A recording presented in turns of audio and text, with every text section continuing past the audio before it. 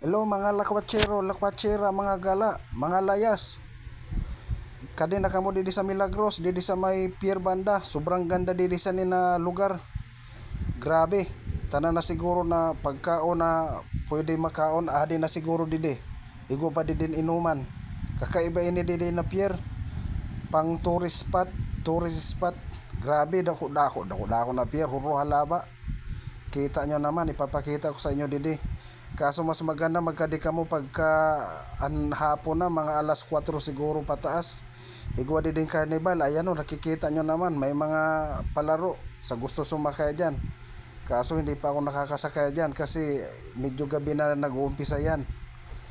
Alas 3 kasi yan na hapon ako dumating dyan. Ito tingnan nyo naman, sobrang lawak ng kanilang pier. Sa lahat yata na pier na napuntahan ko, ito lang yung pinakamalaki. Nakapunta na ako sa iba-ibang pier, sa iba-ibang lugar, hindi lang sa Masbate, pero sa lahat ng napuntahan ko, ito na yung pinakamahaba at saka pinakamalaki. At saka syempre pinakamaganda na rin. Kita nyo naman, no, sobrang lawak, puno ng ilaw. Ganda siguro dito pagkagabi, kaso hindi na kami dito nagpagabi. Malayo pa kasi yung uuwian namin. Tingnan nyo naman, sa oras na yan, mga alas 3 pasado, sarado pa yan mga food stall na yan. Ayan, no, yung mga tent na yan, mga tindahan yan ng mga pagkain. Tapos sa wala namang payong, ayan, pwede kayong kumuha dyan. Bahala kayo kung hahabulin kayo ng tanod, sagot nyo na yan, bahala na kayo. Ayan o, ang daming mga payong, oh. Sobra nga palang lakas ng hangin dyan. Pati nga cellphone ko, akala mo papalidin eh. Kaya tingnan nyo naman yung mga payong, nagsisiliparan. Ang ganda ng pagkakadesign nila dyan. Tingnan nyo naman yung naisip nila sa payong na yan. Kakaiba, ang dami.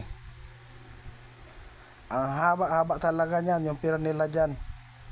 Nagulat nga ako sa pier nila dyan, sobrang haba, sobrang lawak pa. Hindi naman pier talaga na ano, parang pasyalan na rin.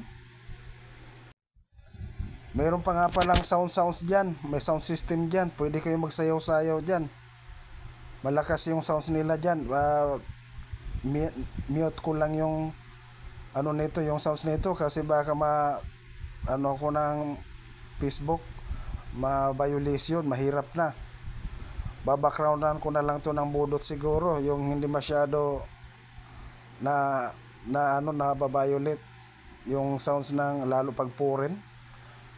Tingnan nyo naman, no, ang init-init dyan. Andyan pa rin yung payong, oh. Oh. Buti na lang naka sunglass ako, yung ano, yung salamin na pag mainit na dark. So basta sobrang ganda talaga dyan, masasabi ko lang.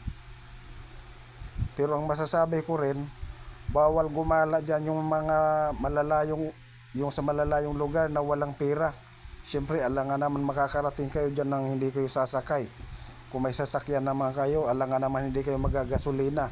At saka ang dami kasing pagkain dyan, maraming bilihin. Kaya bawal talaga dyan yung walang pera magpunta, lalo pag sa malalayong lugar, kasi hindi naman kayo makakalipad papunta dyan. Ayan o, nakita nyo yung sounds pa lang. Ayan o, pwede nyo arkilahin yan. Taga ano lang din yan, taga Milagros lang din.